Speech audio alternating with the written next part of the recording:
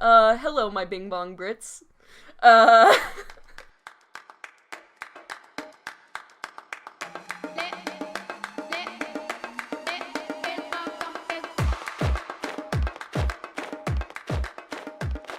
Crawling in my skin! I don't know the rest of the lyrics, but, hi, welcome to We Shouldn't Have a Podcast. We're going into this with no preparation. Oh, yeah. Sorry, I'm gonna be really distracted because I'm trying to arrange a friend group meetup, and it probably will turn out to be an awkward thing that's happening, and I don't want that to happen, so I'm trying to, move things around so it stops anxietying me. Yeah. Yeah, and it's not working. You want to introduce yourself? Hi, I'm Cass, and I'm the main host. And I'm Drew, and I'm also the main host. Some more than others. Nah, I'm pretty sure we have equal shares. I mean, the microphone is mine, and I do all the editing, and I draw the thumbnails, and I upload it. Yes, but I bring the personality. What personality? Last episode it was just me talking to myself about how I peed myself. Yes, but I brought some... Well, you set up a GoFundMe silently in the background. Listen, I'm not good at multitasking, I'll be honest. You're also not good at bringing personality, so why are you here, Drew? Why do you hurt me? Because I love you and I'm honest. Listen, this would not be a brother-sister podcast if I wasn't here. It's as simple as that. I mean, yeah, I guess, but I didn't think that's what we were going for. I thought we were just, podcasting because we're both, I put 7 sibling hashtags. I on never every check post. the hashtags. I don't do hashtags. That's why you don't get views. I don't do hashtags and I'm still popular. Mm-hmm. This is some good dirty chai. Drink your latte. It's dirty chai. You didn't know what it was called until I told you 5 dirty minutes chai. ago. We are decked out in our Hogwarts gear tonight. Yeah, I'm wearing a Slytherin tank top, my Hogwarts sweats. I'm wearing my Hufflepuff sweats and my Imagine Dragons at the Hard Rock in Phoenix t-shirt. Yeah. Shirt. T-shirt shirt? Yeah. Okay, well. And that's pretty Harry Potter. Yeah, Imagine Dragons, they're the most Harry Potter band. Yeah, I mean... I feel like it's definitely it's more of a Slytherin band than Hufflepuff, though. Mm-hmm. Yeah, I'll admit, Slytherin, they're, a lot more Slytherins go to the concerts, but I try to branch out. As a Hufflepuff, I want my hands in all the baskets, you know? Yeah, it's kind of weird, though, because all our family is Slytherin except for you. That can't be true. No, it is. Me, Kat, and Chris are all Slytherin. Oh, no. Yeah. You mean I'm different? Yeah. How dare you? How dare you branch out? We were gonna be like the Weasleys, but Slytherin, and you ruined that. You know, it's also a little strange that all of you guys are into drawing artistically, and I'm photography and writing. Yeah, that is weird. It just didn't settle on me, I guess. Wow, there's so many differences between, the three of us and you. You're such a black sheep. Yeah, I'm a white sheep. Yeah, we're all black sheep. You're the white one. Yeah, I am pretty white. We all are, Drew. We're gingers. Yeah. Well, I guess along the same vein, I think we should talk about our artistic processes. And wow, that's a segue. That's a segue that was not planned, but I was planning on talking about this. I was planning on talking about how white we are. See, this is why I'm taking this role now from this episode on. Doing the voice. Yes, I am. This is gonna be the voice that comes out every time it needs to happen. I'm gonna be the guy that grounds the podcast and gets us on track whenever we're not. But you're definitely the most ADD out of the two of us. I can't get anything done. No, you can't. Anyways, our artistic abilities and art and stuff. Right. What did you want to talk about specifically about that? I was thinking about it today, and I was wondering, like, where the heck does our inspiration come from? I have no clue, because neither of our parents are artistic in any way. Well, they were at one point. Mom was a fantastic poet, Dad was a great writer, and that all went to me, apparently. And then they broke. Just something shattered in them. I think it was 4 kids. It might have been 4 kids. It was definitely 4 kids. Yeah. 4 kids, I mean, they ruined our parents and Yu-Gi-Oh! And a lot of other animes, really. 4 Kids is just a terrible organization. Oh my god! I was trying to figure out what you were talking about. Okay. Oh my god. But artistic inspiration, right? Yeah. Getting back to it. I mostly get my inspiration by just, like, having the need to do stuff. Like, I get inspired when I need to get something done. Like, the thumbnails, I always, like, think about it, and I'm like, crap, I need to produce this as soon as possible. Mm-hmm. And then, like, commissions, I used to do those all the time, and they were the one thing I would focus on. And that's why I failed most of my classes last year. Yeah, but you made very little money. No, I actually made over $1,000 doing commissions just last year. Oh, dang. Yeah. Dang. So you made bank. I made hella bank. I made so much money doing commissions, and now I'm not making any money, and it's kind of breaking me because I have. Did you invest? In what, Drew? I don't know, war bonds? No. Microsoft? No, I did not invest in anything. I spent. Hold on. Okay, go on. I spent all my money on, like, $2 tank tops on cheapo clothing websites, and might I just say, those cheapo clothing websites are amazing? I mean, yeah. Half of my wardrobe comes from those websites. Yeah, it's just, like, it's shocking how, like, good quality it is for, like, $7 for a crop top. But hold on. Tank tops and crop tops. Why would you pay money for less clothing?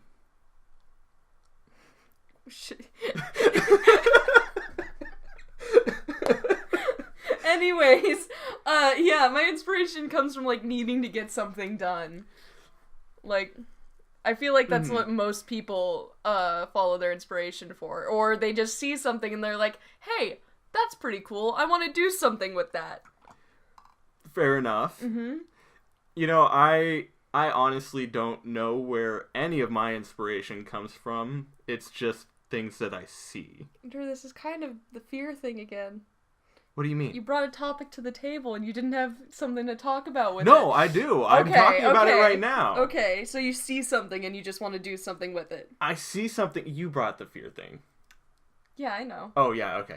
I thought you were putting that on me. No, that was definitely not me. That was all me. That was all you. I had a lot to talk about on that one. Yeah. But anyways, no,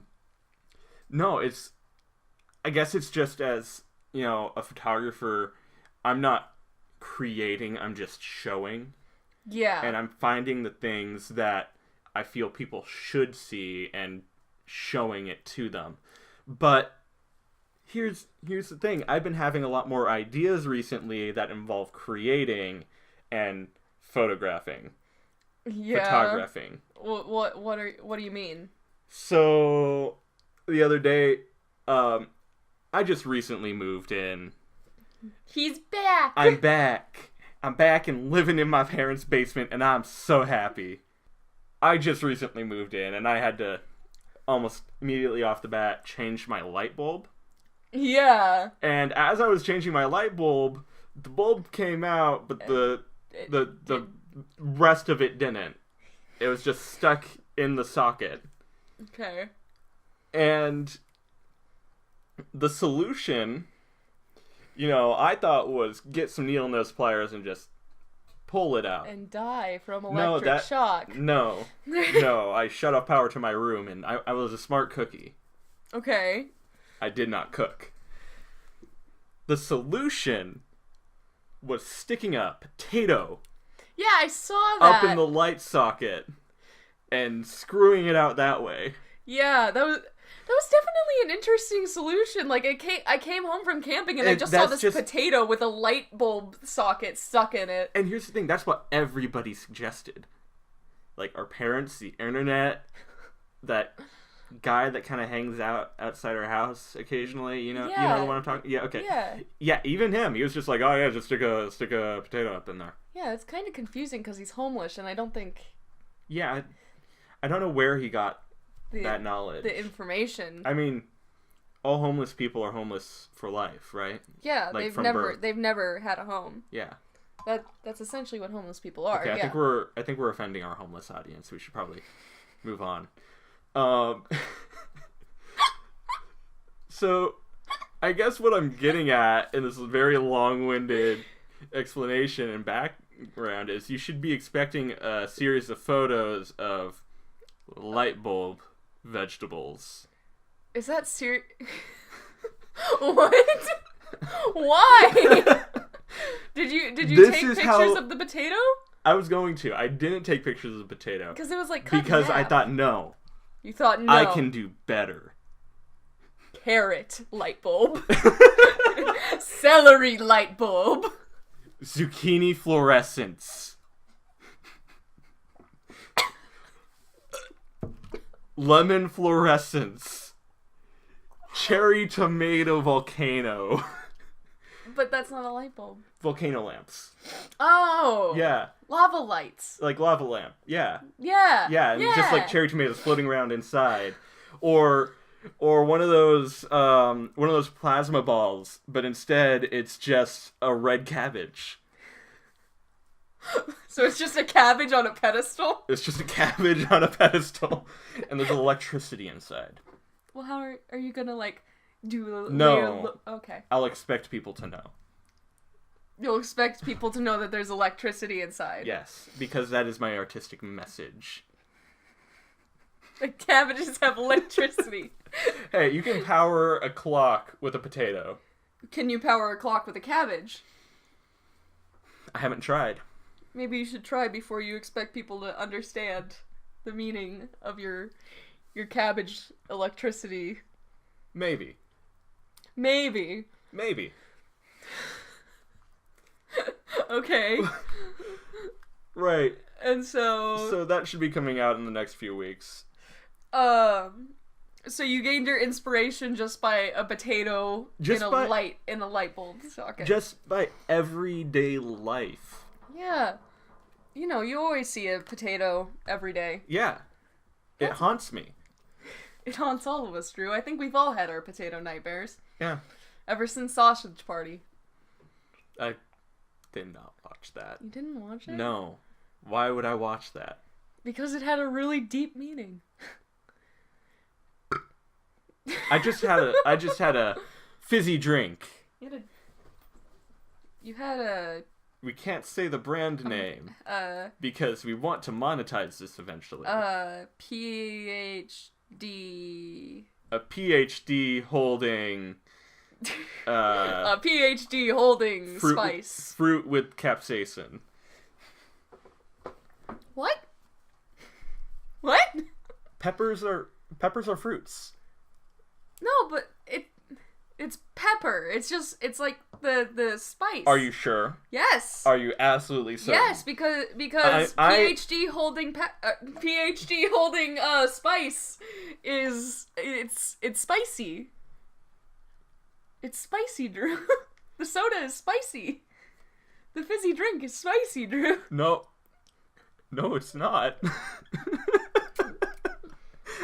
It's super spicy. It's really not. Have you ever drank it and been like, whoa, this fizzy drink is a little spicy? I've drank it and thought, I should slow down and enjoy this. You never thought about it being spicy? No. It's a little spicy. I was gonna say, drink it next time and you'll be like, yeah, this is spicy. That drink is definitely, Serrano flavored or something. Serrano? Serrano. It's kind of pepper. Yeah. Yeah. Exactly. It's spicy. I made a fantastic pineapple serrano reduction for my friends a couple weeks ago. I'm a cook. I know how to handle myself. I'm responsible. Blah, blah, blah. It had a little bit of rum in it. It was tasty. How did you get rum? It was in the cabinet. You don't have... You... Alcoholic. Yes, and... By age 20, he became an alcoholic. Listen, I'm following in the footsteps of all of my favorite writers. Rick Riordan, he's hitting that buzz real hard. Just like, what should Percy do next? Oh, I'm sorry. I forgot about the banging on the table rule. You did. I'm sorry. I was gonna say Hemingway, but I hate him. Like, so much. What's wrong with Hemingway? I am not a fan of him. Why? Because he's tragic. I don't really know Hemingway that much. Like, I'm not very You will. You're going into your junior year? Yeah. Yeah, you'll know. I'll know. You'll know. I'll know. Farewell to Arms will be your bane. I'm pretty sure every high school reading assignment is my bane. Cause I like reading for the fun of it. It's nice. It's one of the places I get my inspiration from. Like, I remember in 4th grade drawing those anime Percy Jacksons and Annabeths. Oh. What? No. What? No. What? Okay. But yeah, high school reading is my bane. Because I don't like being forced to read something, especially by a deadline, and then I hate when you get in trouble for reading ahead. So we got assigned this book that was like, it was this thick. It was this thick. How thick is this? Like it was an inch thick. An inch thick. Something relatable. An inch. How many? Cassie, what about our viewers overseas? Our 2 viewers in the UK. Yeah, our 2 viewers in the UK. Hello, my Bing Bong Brits. Like 10 Cheerio. Okay. Go on. 10 centimeters thick. It's like, it was that thick, and I was just like, okay, I'm gonna finish this within the next hour of class. Why is this assigned for the next 3 weeks? 3 weeks we had to be reading it, and it was puny, and it was a good book, like too. 92 pages, like barely. What was it? It was barely 100. It was Anthem. I've never heard of that. I have a copy upstairs that I forgot to return. But yeah, it was so puny, and we had 3 weeks to read it, and I finished it within the first day, and I was like, hey, can I get the next 3 weeks of assignments early so I can just knock them out now? And my teacher, who is a she-devil on earth, sent to haunt poor 15 and 16-year-olds, she got PO'd at me just for, like, reading ahead, like, and then I had the dignity to ask for the work early? How is that fair to the other students who don't get their work? Huh? How is that fair? And it especially made me mad because I never did any of the work for that class. I passed it perfectly, but I never did any of the work, and finally I wanted to do the work, and I couldn't get it. I was ready to just knock it out in one day, and I couldn't get it. So we're gonna bring it back to artistic inspiration. Yeah, artistic inspiration. With some good dirty chai. That is some good dirty chai. We should try some of it. No, thank you. It's from our Verismo little pocket pods. That's definitely a brand name, and it's definitely empty. So maybe I'll try it in the morning. Yeah, that's what I meant, Drew. I didn't mean take a sip of my empty cup. I meant get some yourself. Okay. Yeah. Cool. I feel like we're allowed to mention brand names. I feel like we just can't slander them. Anyways, okay. Artistic things. This is gonna be Wow. a gassy episode. This is a real gas, guys. You were saying? I don't want to talk to you anymore. Nope. I mean, how did you not see that coming? I don't know. I expected more of you. I'm sorry. I'll never expect anything of you again. Okay. Okay. Thank you. You're welcome. It's kind of weird how, like, I get my artistic inspiration is from, like, labels and logos. Like, we look at this deodorant, non-name brand deodorant. Elderly Dr. Pepper. We can't say Dr. Pepper! Elderly cinnamon. So yeah, I look at elderly cinnamon and I like the way, like, the logo looks. And I can just imagine, like, drawing out a character based on elderly cinnamon. Okay. Like, You're anthropomorphizing antiperspirant. yes.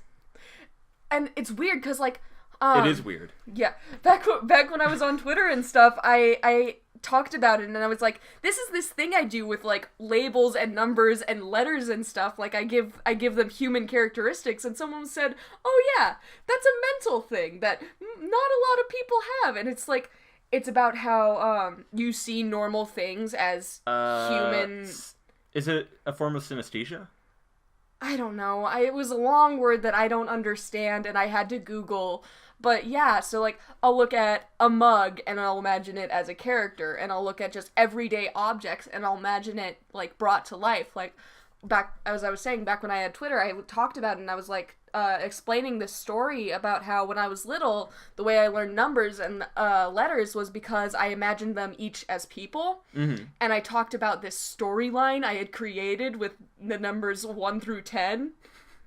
Okay. 3 and 4 are like a Romeo and Juliet type thing, and four is this teenage guy who's mentored by number 8, who's like this grizzly mechanic who's in love with number 9. Okay, And I'm invested. Him and number 9 are in love, and then 5 and 6 are three's parents, and they're like these rotund, rich, hoity-toity characters. Number 1 is the oldest of the group. Right. He's this elderly kind of, like, everybody goes to him for advice type of thing. Mm-hmm. And he's like, he watches over everyone essentially, and he's just like this figure. I think he was the mayor or something. Okay. And then 2 was number 1's secretary. I'm invested in this story. And I had drawn out all the characters and everything, and, like, number 8 was just What's that sound mean? It means he was a hot guy. Okay, cool. Like, and number 3 had this, like... You're not getting flustered about number 8, are you? No. But Chris Hemsworth. He's like the Chris Hemsworth Okay. of, like... Imagine Chris Hemsworth mixed with Adam Ellis. I know who Adam Ellis is. You know who Adam Ellis is? I don't know who Adam Ellis is. Adam Ellis is he used to work for BuzzFeed. He made all those comics. I know who Adam Ellis is. Do you know what he looks like? Yes, I know exactly what he looks like. Are you sure? Yes, I know exactly what he looks like. Because he is... Oof. I have a screenshot. Hold on. Okay. You screenshotted Adam Ellis. Yes, I screenshotted Adam Ellis. He has a very nice coif. Yeah, so, like, imagine that mixed with Chris Hemsworth. Like, the hair and the facial stuff. Mm-hmm. And he was like that, and he was this grizzly, mechanic guy, and I had made out this entire storyline and all these characters, and that's how I learned my numbers. Man, 5th grade must have been weird for you. No, it was like, it's weird because, like, I imagined this all in, like, 1st grade kindergarten. Right.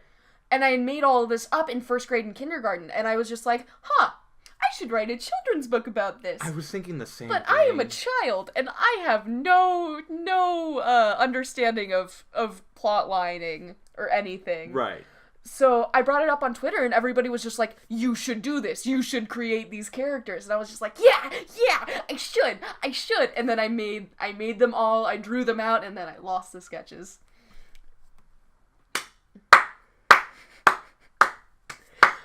And, it's weird, because that's what I gained inspiration from. Like, it's kind of, how the people for Beauty and the Beast did the character design for, like, Lumiere and Clocksworth. Right.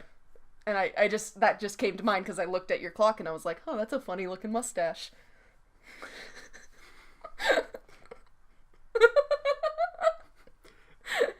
Okay. And I don't know if, like, other people do that, though. Like, they just look at normal everyday things. Oh, no. People anthropomorphize things that should not be in human form. And it's weird, because I do that with everything. Like, literally everything. Mm. And, like, I imagine everything as a human at some point. Like, I literally I almost said made eye contact with this coffee mug. That's how far it's getting. Oh, like, boy. I should throw that away. Yeah, you should. Here, I have the garbage. That's like a week old. And I looked at your coffee mug and I was like, huh, she's probably a hippie. She's got long hair. She wears swirly designs on her cardigans, and she goes and gets coffee every day from the same small local cafe. And I got all that from a mug, and then I look at your my Germax, your hand sanitizer, and I'm like, huh, that's a very curvy woman who's germophobic and is afraid of going outside. Huh. She's curvy and weighs a lot because since she doesn't go outside, all she does is watch cooking shows, so she's always cooking for herself and eating those things. But she's trying to do it as sanitarily as possible. Yes, as sanitarily as possible. She has her daughter go out and get everything for her from a local farmer's market, and she scrubs all the vegetables clean every single time new ingredients come in. Like, she's practically a bubble person. Yeah, she's a bubble person. Okay. So I do that with everything, and I have this constantly going through my mind, just imagining things like human eyes, and it's the weirdest stuff. Okay. Because I did that with my baby blanket growing up. Yeah. Yeah, Night-Night. Yeah, Night-Night. And I would get mad whenever he got lost. Mm-hmm. Night-Night was Night-Night was my best friend. He was, he had shaggy, like, bright red hair, like Ariel red hair, and he always wore a cape. This is like Calvin and Hobbes level. It's legit, like, Calvin and Hobbes level, but, like, I still do it to this day, and I still, like, that's how I associate things. Mm-hmm. And that's where I get inspiration from. It's weird, right? Like, I've never talked about this. Like, this is something going on in my brain daily, and I never talk about this. I'm glad I brought this to the table. It explains a lot, right? Yeah, we filled the solid, 10 minutes. Yeah, me talking about how I'm insane. Yeah, I just talked about vegetables. What's a zucchini? A zucchini? A zucchini is kind of like... When I think about zucchini, I think about the cucumber from Vegetable Stories. Okay. And, like... God, Vegetable Stories messed me up so hard.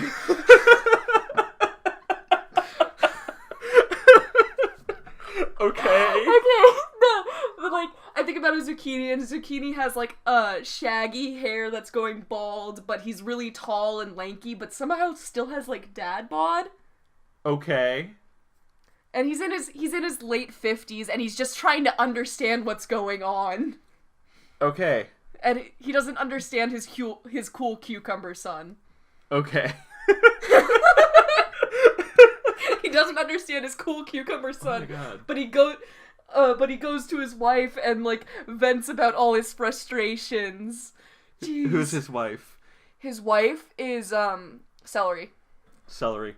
Okay. I feel like cucumber is definitely the mix of celery and zucchini. It's just watery zucchini. Yeah, it's watery and crunchy zucchini, because zucchini's always really soft. Zucchini's like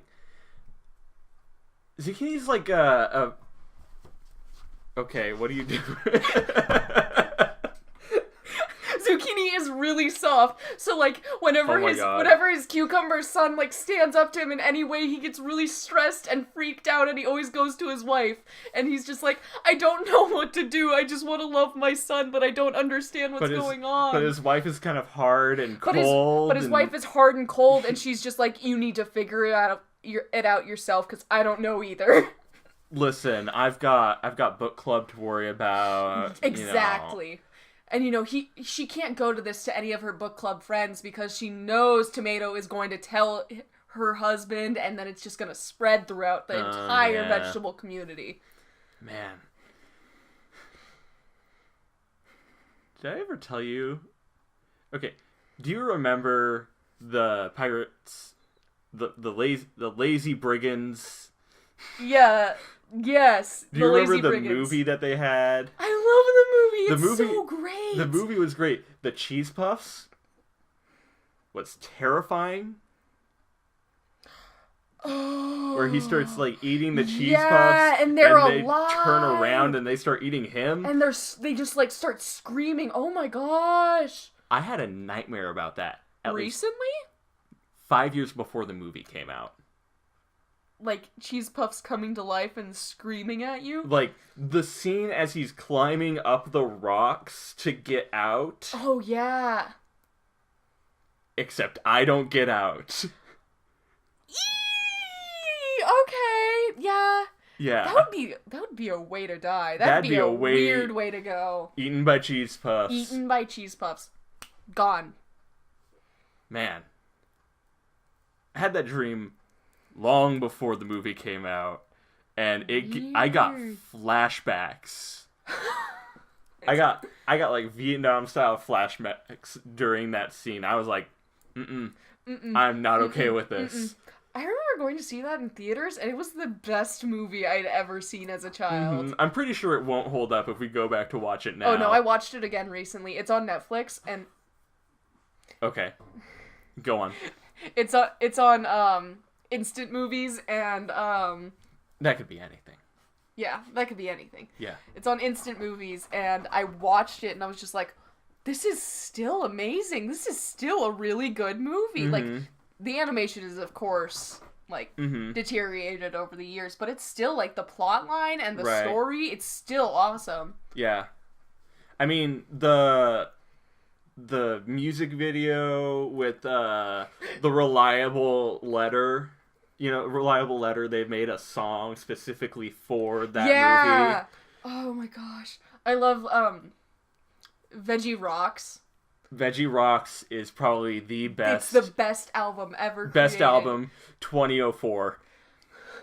2004? 2004. We found it. It's still in the car. It doesn't work. It doesn't work, but it's still in the car. But I own it digitally. I went out and purchased that album for the express reason of listening to well, crap, how do I do her name? I'm just gonna say it, Super Chick. And that's the exact song I was thinking of, because it's so good. It's so well done. It's so well done, and we were listening to it in the car because that's the only song that's like not broken on the CD, and I was just like headbanging, jamming out. It's so good.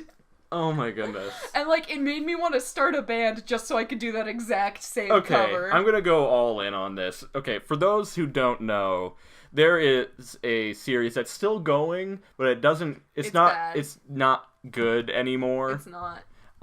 Anyways, this show called VeggieTales, which if your parents ever took you to Sunday school, you've watched it. Like, it's a given at any point in your life. During the show, they'd have these interludes where one of the main characters would sing a silly song. And a bunch of bands thought, hey, let's get together and record rock versions of these songs. So all of these weird, awesome, Skillet did one. Yeah, pseudo-Christian bands got together and recorded a rock cover album of VeggieTales. It was It was so good. There's like a... It's bop upon bop. Oh my goodness. Bop? Bop. Bop. It's a thing. Bop. What is bop? It means it's a great song that you can, like, bop to. What does bop stand for? It doesn't stand for anything. It's just saying, like, wow, that's a bop. Like, I could jam out to that. Don't play one of the songs. I'm not gonna play one of the songs because I don't want to get copyright striked, but I want to look at who does the opening song. Because I want to say it's it's Rebecca St. James. Oh Lord, I'm looking at all of these songs now. It's so good. Oh man, Audio Adrenaline.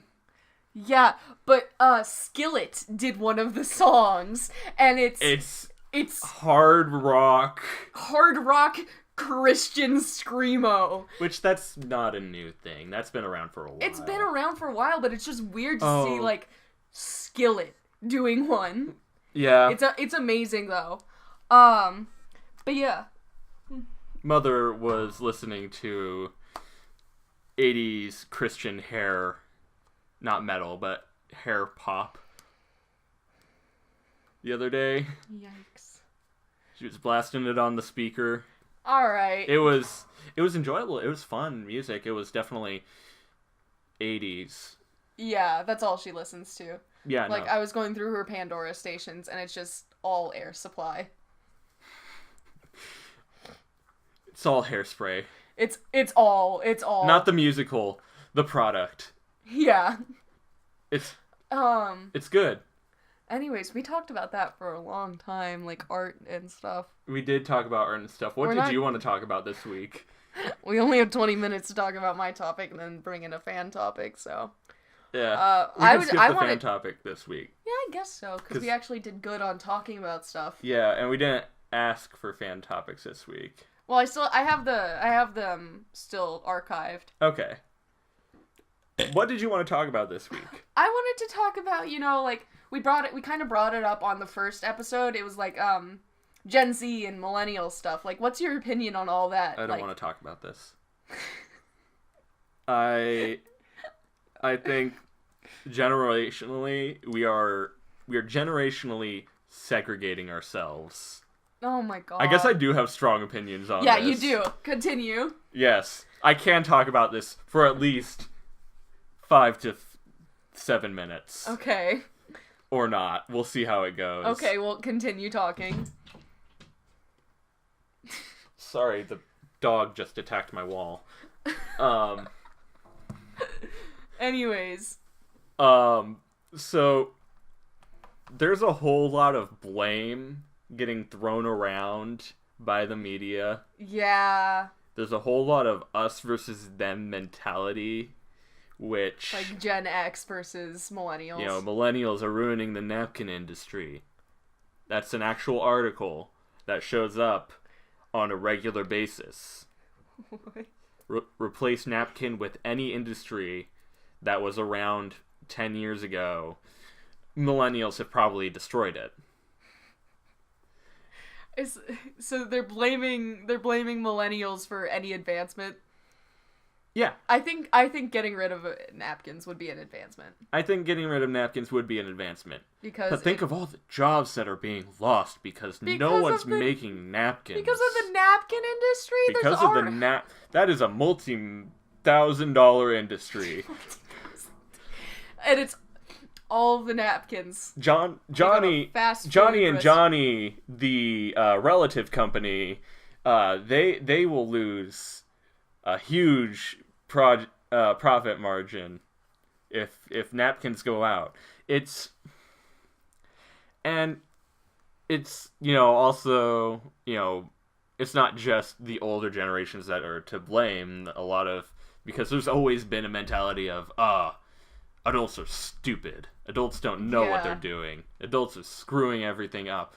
We're equal parts screwing each other over. It's really just a matter of saying, hey, I realize we're both screwing each other over, but maybe we could look at how we're screwing each other over and work on that. You know what? I don't think, like, it's... there's always been that generation gap. Right. And, like, they talk about how it got wider after the Vietnam War. Mm-hmm. And, like, how it's just been increasingly getting wider. I don't think it's been increasingly getting wider. I think it's just there's more coverage on it.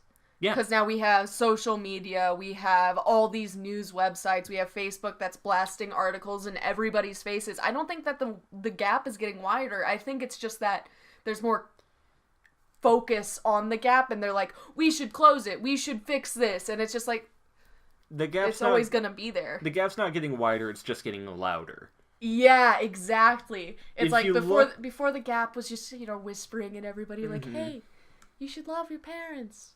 If you look at the loudest opinions out there in any camp, it's always the smallest demographic that's putting it out there. It's always the smallest demographic and the demographic with the most, like, focus. Like, they're small, but they're loud. It's, there's just people who are fine with the way things are, and they think, or not, how to phrase this. I don't know. I don't even know what you're thinking, so. Yeah, you don't know how to, I'm thinking, no. The lights just turned off. God darn automatic lights. It's because I have automatic lights for the environment. Heck yeah. They turn off after an hour of being on. For the environment. For the environment. Heck yeah. Honestly, it's made me a terrible human being because I never turn off lights anywhere I go. I do. I always turn off lights and close doors. I got so used to knowing that the light was going to turn off on its own that when I moved out, I would never turn the light off because I still had it in my head that, that'll turn itself off later. Yeah. We're too privileged. We're too privileged with our automatic lights. Anyways, the reason I brought this topic up was because I have issues with my generation. I have a lot of issues with my generation. Your generation has a lot of issues. It does have a lot of issues, and it's all, like, self-centered issues. Like, it's not as in, like, it's all about me issues, but it's more like, I'm making this an issue. And it makes me so angry. It makes Can we think of a non-specific example that won't point to anybody? That won't point in particular? Oh, no, I don't have anybody, like, specific I'm talking about. I'm just talking about my generation, Gen X, in general. You're not Gen X.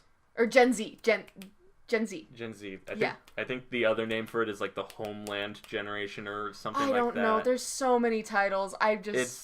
Listen, naming your generations doesn't make anything better for anybody. It doesn't. It really doesn't. It's just a stupid way to marginalize people. It is. Because I don't relate with my generation, and I don't relate with millennial generation. Who do you relate to? I relate to this YouTuber Jason Nash, who's in, like, his late 40s. Okay. But he's I was gonna say you relate to the deodorant. Yeah. Elderly Cinnamon. Elderly Cinnamon, he's a pretty cool guy. I might change my Instagram name to that. Okay. Elderly Cinnamon. Okay, I won't stop you. I'm gonna change it to that after this podcast. It's a lot easier to type than President of Sports. This is true. But yeah, anyways, I have issues with, like, how my generation communicates, how my generation reacts to things, because everyone gets offended by everything.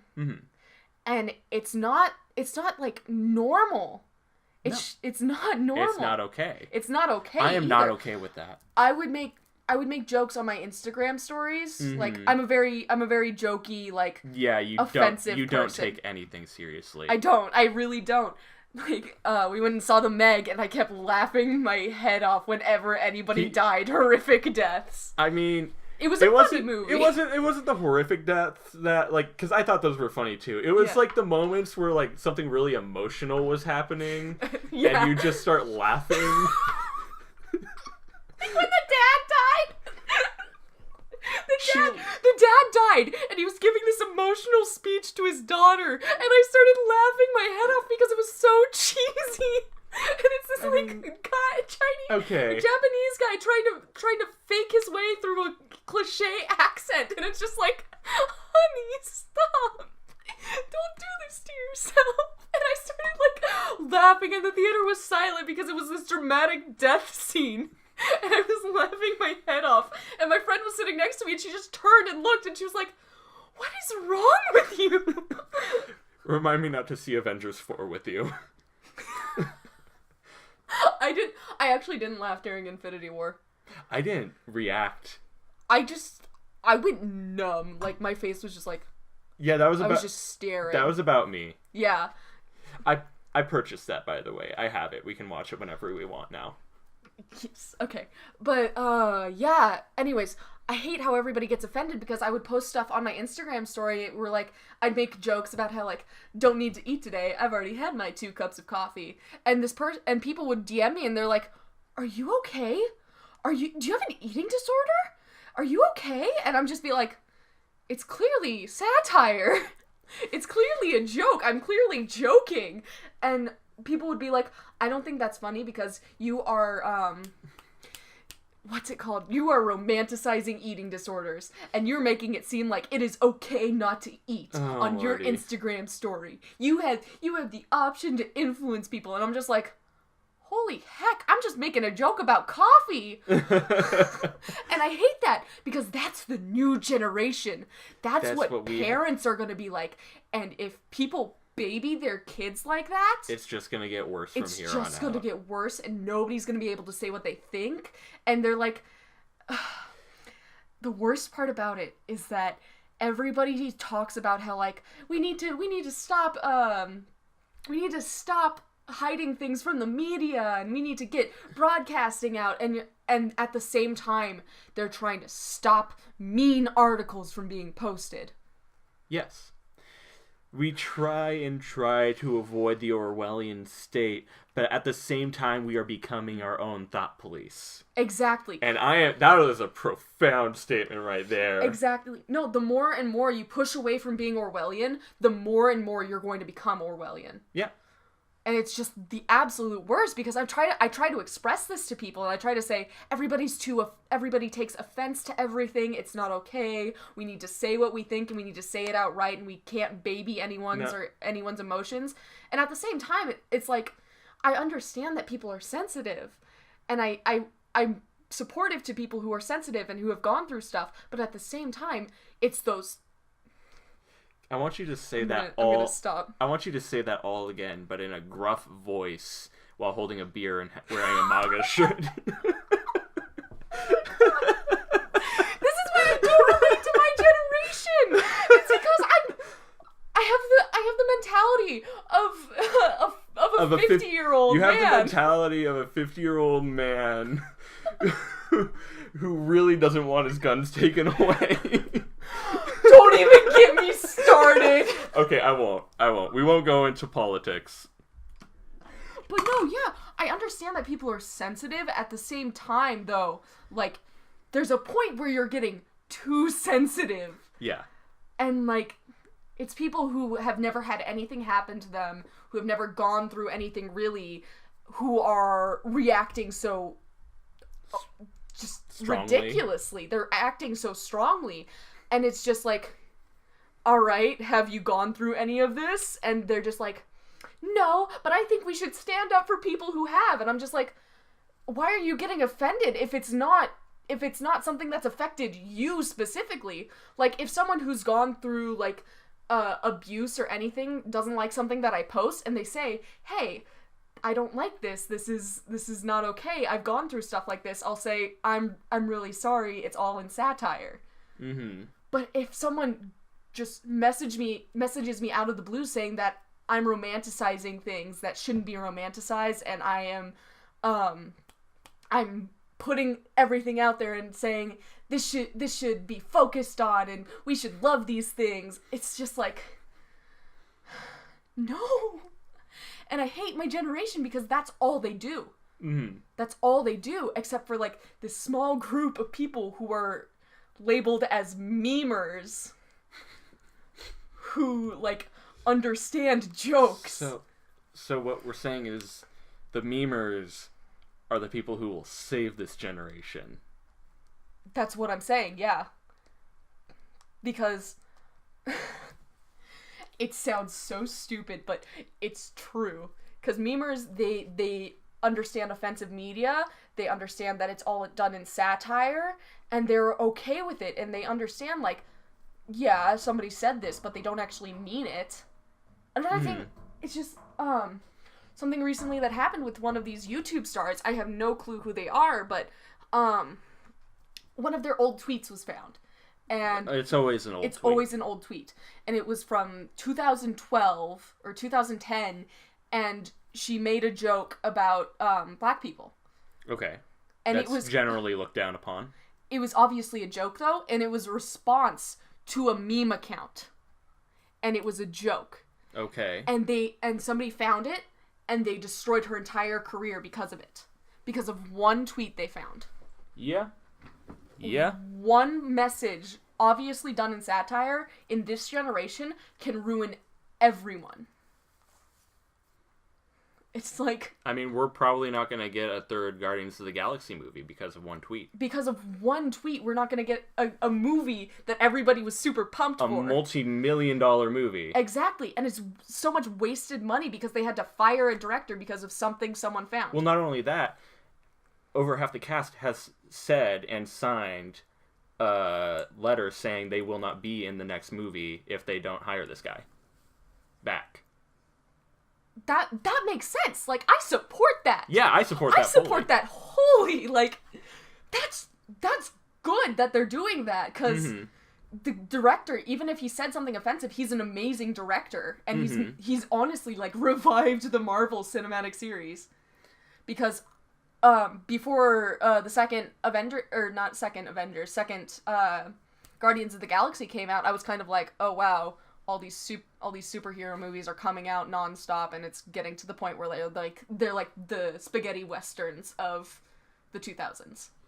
Oh my god. They are. They are. They are. Wow. Thank you. We need our No Country for Old Men. And it's just like, they fire a director who's revived their cinematic series over a tweet, over something posted on a message board. Imagine if no president got hired, or no president got elected because of what was put on a message board, that's something they said. Yeah, I said we want to get political here, but also, I mean, currently. Yeah, especially currently. But you think about it, like, this is a point I brought up with one of my friends because we were getting into this debate about it, and I said, okay, so Thomas Jefferson had sex with his slaves.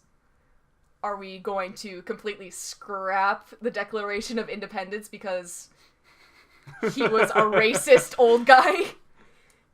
I mean, yeah. This was a surprisingly coherent episode.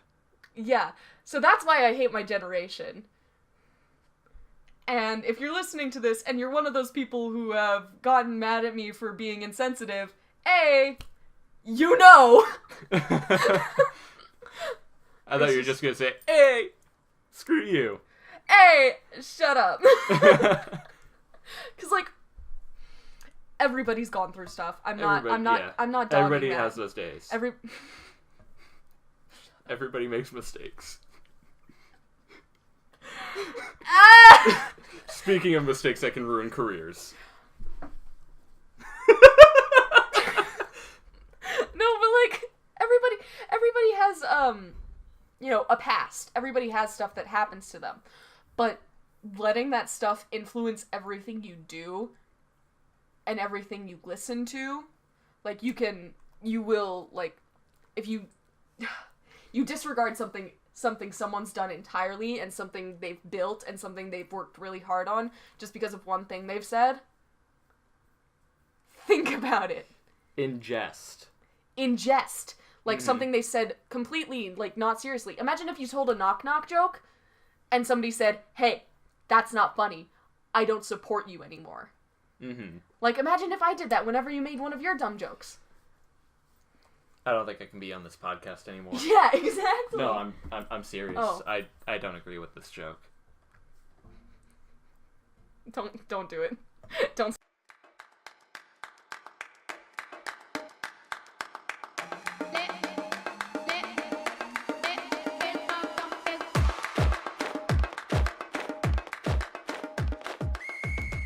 Crawling in my skin.